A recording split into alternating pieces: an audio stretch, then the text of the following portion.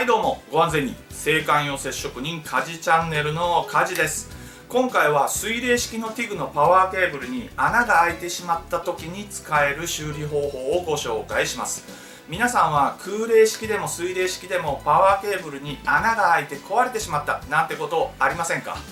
溶接したばかりの熱いところにホースが当たってしまって溶けて壊れたりだとか、熱いタングステンが当たってしまって穴が開いちゃったなどです。修理に出すとパワーケーブル全取り替え工賃込みなのでかなりの出費です。ちょっと穴が開いただけなのにとテンションがだだ下がりです。そんな時に使える私なりのホースの修理方法をご紹介します。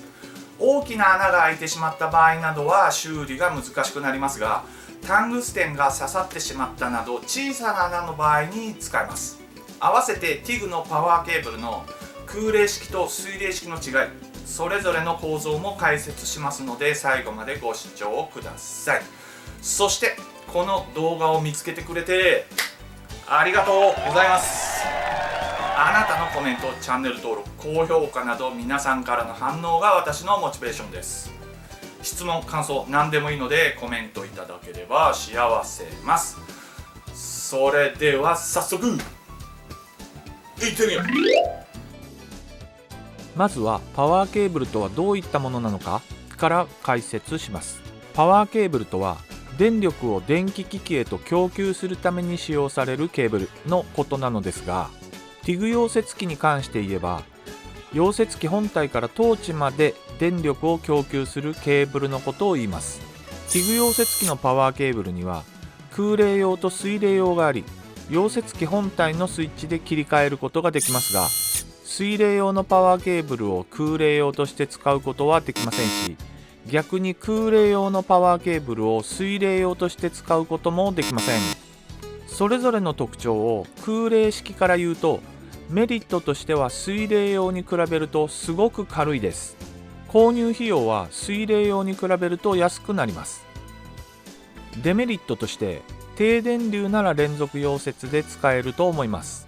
高電流でも仮付けなど使用率が低ければ使えますが、限界を超えるとトーチが高温になり消耗品が壊れたりします。下手をするとトーチのネジ部が焼き付いたりするので気をつけましょう。そのような時は革手袋をしていても持っていられないくらい高温になります。そのような場合は連続で使用しないようにしましょう。水冷式は循環装置や水道水で冷却水を循環させて、トーチやパワーケーブルの熱を冷却水で冷ます仕組みになっています。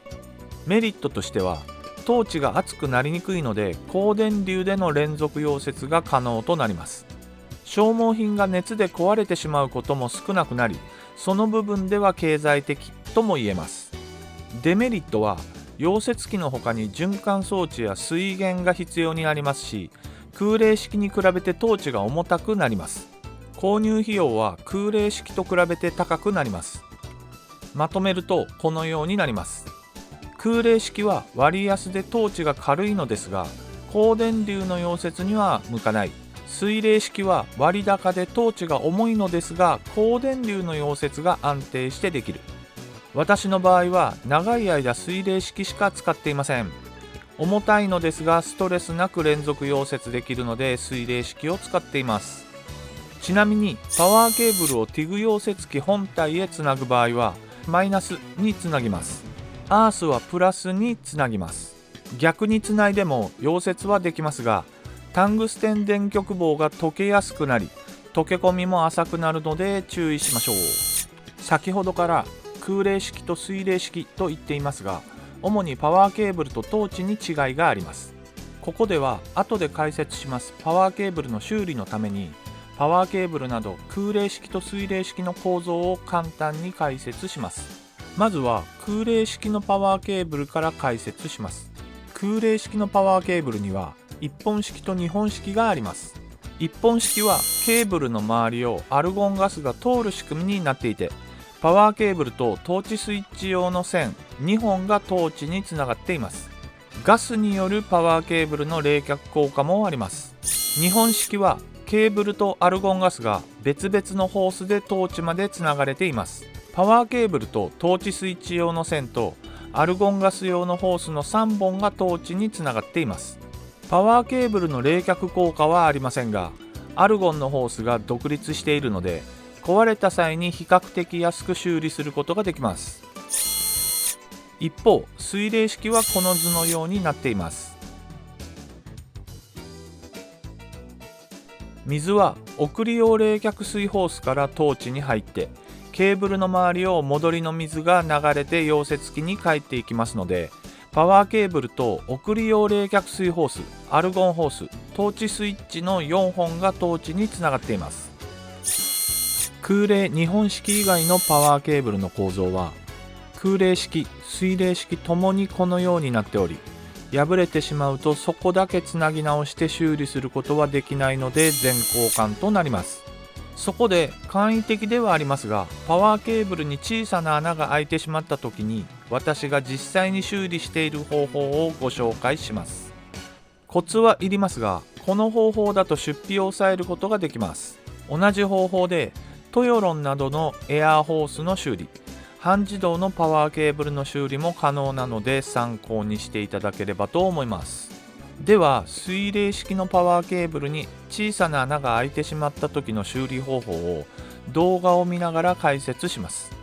最初に失敗例をお見せします。失敗するつもりはなかったのですが、そんなこともあります。反省点を確認してから成功例をお見せしますね。用意するものは自転車のパンク修理用のパッチと100均などで売っている瞬間接着剤、絶縁テープです。自転車のパンク修理用の接着剤は試していませんが、ゴム系の接着剤は圧着作業が必要となるので、私の経験では瞬間接着剤が今のところ一番いいように感じています。まずは送水・複水のホースを本体から外すなどして冷却水の流れを止めます。パワーケーブルに開いてしまった穴から水が出なくなるまで穴の開いた部分を高い位置に持っていって待ちます。ウエスなどで水を拭き取って水が出なくなったら穴の周りを乾かします。乾いたらパンク修理用パッチに瞬間接着剤を塗って穴の開いた部分に貼りますが、あまり大きなパッチを貼るとホースが比較的細いために剥がれやすくなります。今回の失敗はこれにあたります。パッチを貼った際にシワが寄ってしまったり、しっかり貼れなかった部分ができてしまうなどが原因で水が漏れてしまいます。適度な大きさに切って貼るといいです。完全に乾いたら絶縁テープを巻いていきます。絶縁テープはパッチが剥がれないように補強の意味で巻きます。これがすごく大事な部分です。強く巻いてしまうとパワーケーブルの中の水の通る空間を潰してしまいますので、パワーケーブルが潰れない程度の適度な強さで巻いていきます。循環装置を回して水が漏れていないこと、複水が正常に戻ってきていることを確認して修理は終了です。絶縁テープを強く巻いてしまって複水の水の戻りが少なくなっていると、パワーケーブル内の冷却水の圧力が上がって破裂してしまう可能性がありますので注意してください。あくまで簡易的な修理です。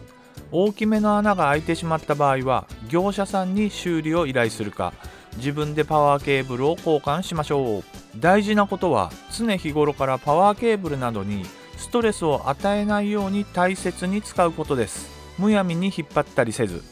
溶接して熱くなった場所にケーブルが当たらないように配慮して作業をしましょう。この修理方法は半自動のパワーケーブルやトヨロンなどの軟質塩化ビニールのエアホースに小さな穴が開いた時などでも使えると思います。あ、やっちまったって時にはダメ元でも試してみてください。修理できればラッキーですよね。私の場合は半自動のパワーケーブルやエアーのホースに開いてしまった穴を同じ要領で修理して長年使い続けていますが、意外と普通に使えています。修理ができるようになると大事に物を使うという意識が芽生えるということもメリットではないでしょうか。